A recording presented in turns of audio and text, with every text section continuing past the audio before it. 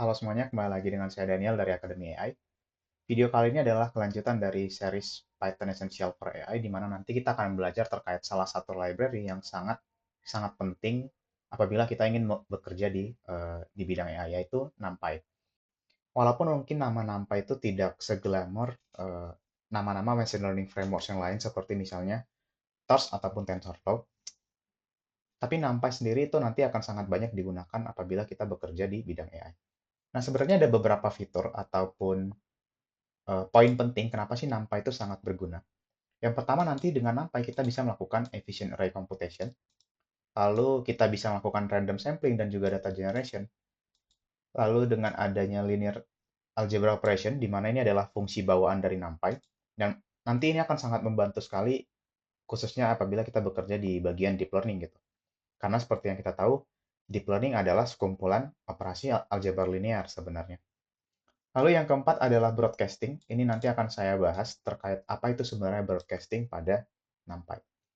Lalu dengan bantuan NumPy kita bisa melakukan data preprocessing dan juga transformation. Dan yang terakhir, tidak lupa, NumPy sendiri memiliki interfacing atau terintegrasi dengan machine learning frameworks yang lain seperti misalnya Torch dan juga TensorFlow. NumPy sendiri itu menyediakan suatu struktur data sendiri, yang mana ini berbeda dengan struktur data yang kita bahas di video sebelumnya, yaitu list. Jadi NumPy membuat suatu struktur data yang dinamakan dengan NumPy Array, di mana nanti ada turunannya juga seperti misalnya NumPy ND Array, yang dimana itu singkatan dari multidimensional array gitu.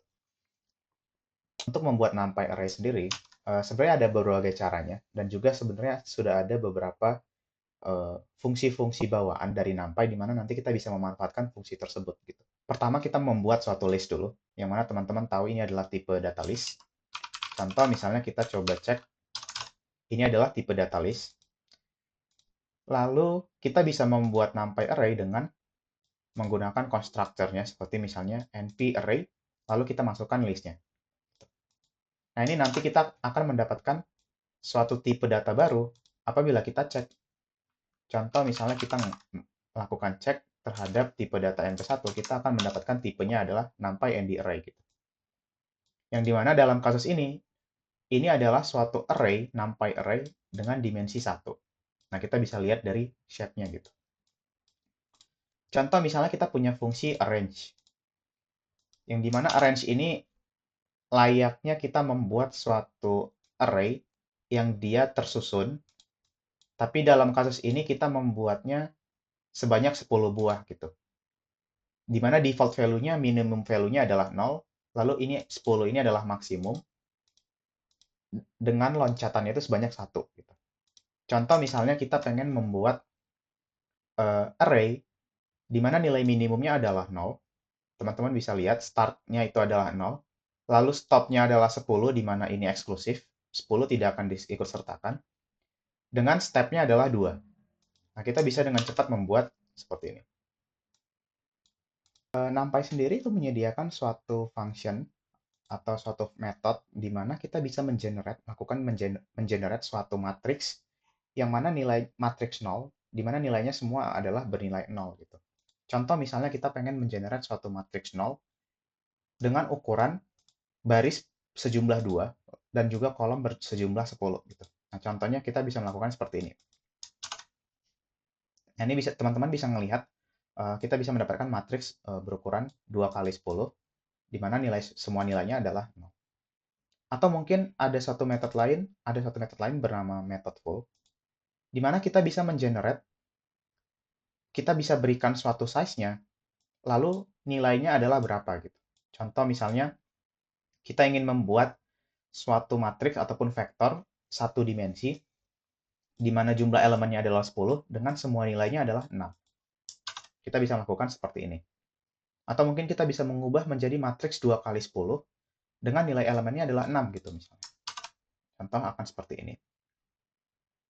Atau kalau misalnya kita sudah punya suatu list, lalu kita ingin mengkonversi ke NumPy array, kita bisa melakukan sesimpel seperti tadi di contoh pertama ya. Kita bisa langsung memasukkan np array lalu listnya apa. Gitu. Contohnya seperti ini. Oke. Nah, itu untuk basic dari NumPy terkait bagaimana sih ngebuat suatu struktur data NumPy array di NumPy itu sendiri. Lalu yang pertama, kita coba bahas fitur-fitur dari NumPy, di mana nanti NumPy bisa melakukan efficient array computation.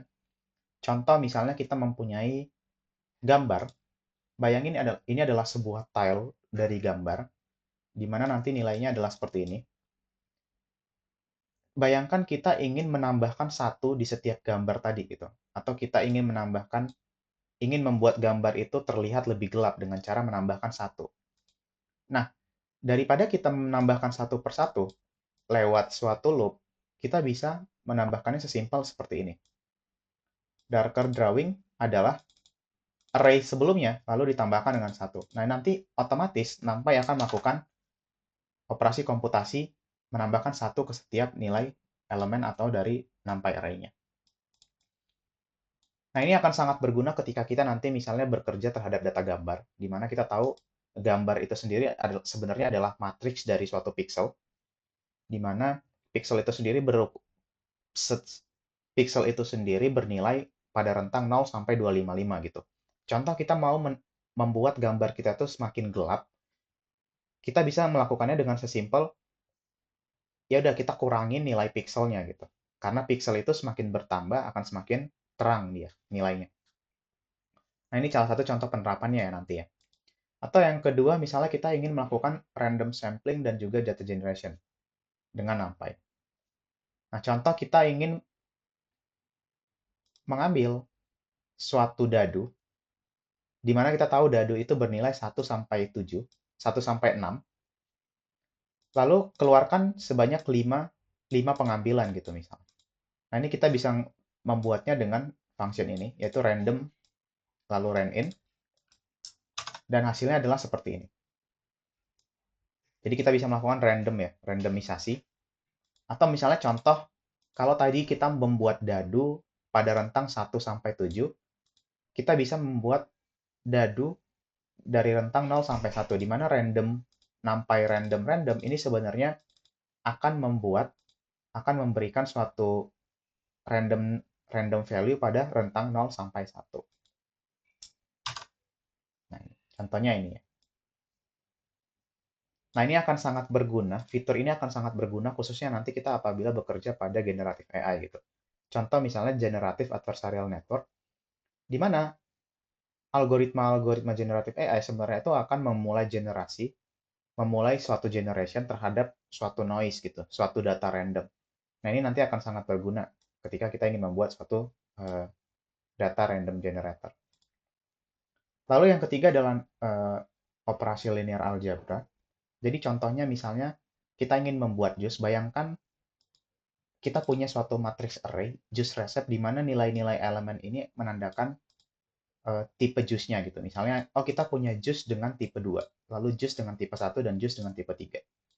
Lalu kita punya ingredients, di mana ini adalah jumlah ingredient yang kita punyai saat ini gitu.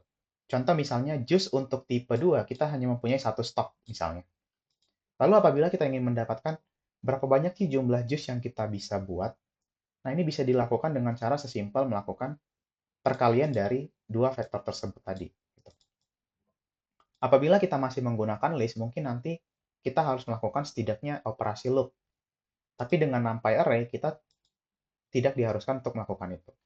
Contoh misalnya apabila kita menjalankan kode ini, nah kita bisa mendapatkan hasil seperti ini. Jadi dia akan otomatis mengalihkan 2 dikalikan dengan 1, lalu 1 dikalikan dengan 2, hasilnya berapa? 3 dikalikan dengan 1. Nah, untuk mendapatkan total sum-nya, kita bisa mendapatkannya dengan fungsi sum gitu. Ini adalah built-in dari NumPy-nya.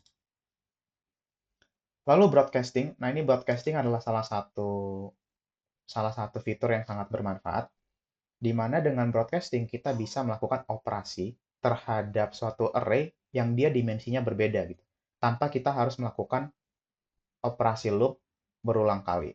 Contoh misalnya kita punya stem, lalu kita punya kumpulan paper, kita ingin melakukan stem dengan stem 1, stem dengan tipe 1 terhadap elemen-elemen pada kolom kolom ke-0 gitu misalnya. Jadi nanti stem 1 akan dilakukan terhadap kolom ke-0, stem 2 akan dilakukan terhadap kolom ke-1, lalu stem 3 akan dilakukan terhadap kolom kedua. Nah, dengan broadcasting, kita tidak diharuskan untuk melakukan loop, operasi loop tambahan. Jadi kita bisa melakukannya dengan sesimpel peppers ditambahkan dengan stem. Walaupun kita tahu dimensi dari peppers dan dimensi dari stem itu berbeda. Gitu. Nah, kita akan mendapatkan hasil seperti ini ya. Jadi kalau tadi awalnya di kolom pertama itu adalah nilai elemennya adalah 1, 2, dan 3, lalu setelah dilakukan operasi broadcasting, ini akan langsung di-broadcast terhadap kolom-kolom pada indeks ke-0 gitu. Jadi ini akan di-broadcast pada kolomnya masing-masing gitu. Misalnya 2 akan di-broadcast, akan ditambahkan pada kolom-kolom di indeks yang sama gitu. Contoh misalnya 2 akan ditambahkan dengan 1 hasilnya ada 3, 2 ditambah 2 hasilnya 4, lalu 2 ditambah 3 hasilnya 5.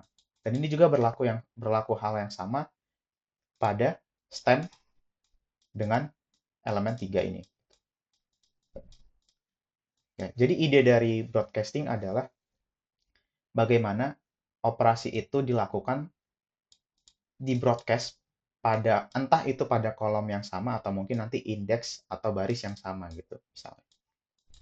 Jadi kalau misalnya nanti kita punya stem, kita coba ganti stemnya gitu misalnya. Kita buat stemnya kalau tadi stemnya itu berbentuk seperti ini ya. Di mana nanti akan dilakukan operasi terhadap masing-masing kolomnya. Lalu kita coba mereshape stemnya seperti ini. Kita coba lakukan peppers ditambah stem gitu misalnya. Nah, tentunya ini akan berbeda gitu. Kenapa? Karena kalau tadi kita melakukan broadcasting terhadap kolom, sekarang kita bisa melakukan broadcasting itu terhadap barisnya gitu. Tadi peppersnya seperti ini, lalu kita ingin coba melakukan stem gitu misalnya. Dengan stem yang baru, seperti ini. Nah, ini akan di broadcasting bukan lagi terhadap kolom, tapi terhadap barisnya. Jadi satu akan ditambahkan terhadap semua di baris yang sama, semua elemen di baris yang sama. Begitu juga dengan elemen-elemen yang lain. Lalu yang kelima adalah data preprocessing dan transformation. Contoh misalnya kita punya hasil tes ujian di sekolah, nilainya seperti ini. Lalu kita ingin membuat persentase gitu misalnya. Hasilnya seperti ini, tanpa ada operasi loop tambahan. Contoh misalnya kita ingin mendapatkan standar deviasi dan juga mean dari tes score tadi. Nah, ini kita bisa lakukan dengan sesimpel menggunakan fungsi std dan juga mean dari NumPy-nya. Lalu untuk interfacing dengan machine learning framework seperti misalnya Torch dan juga TensorFlow.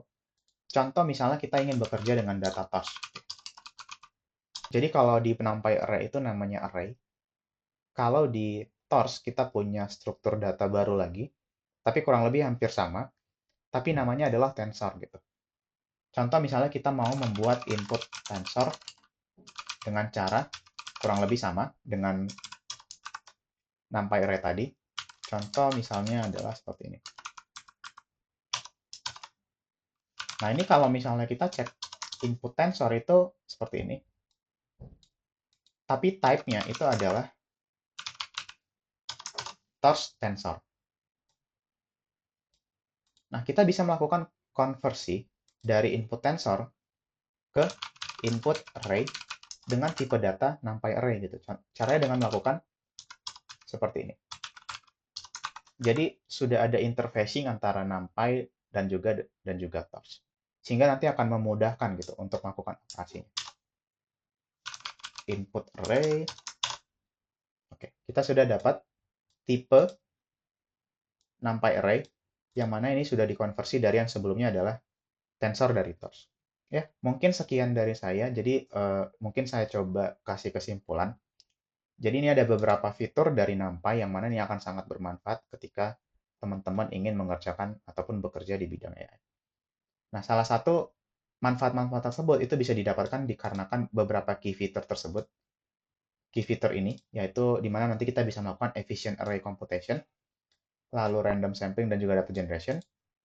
dan juga ada operasi aljabar linear, broadcasting untuk efficient computation, lalu data preprocessing dan transformation, dan juga sudah terintegrasi dengan berbagai framework machine learning seperti misalnya Torch dan juga TensorFlow.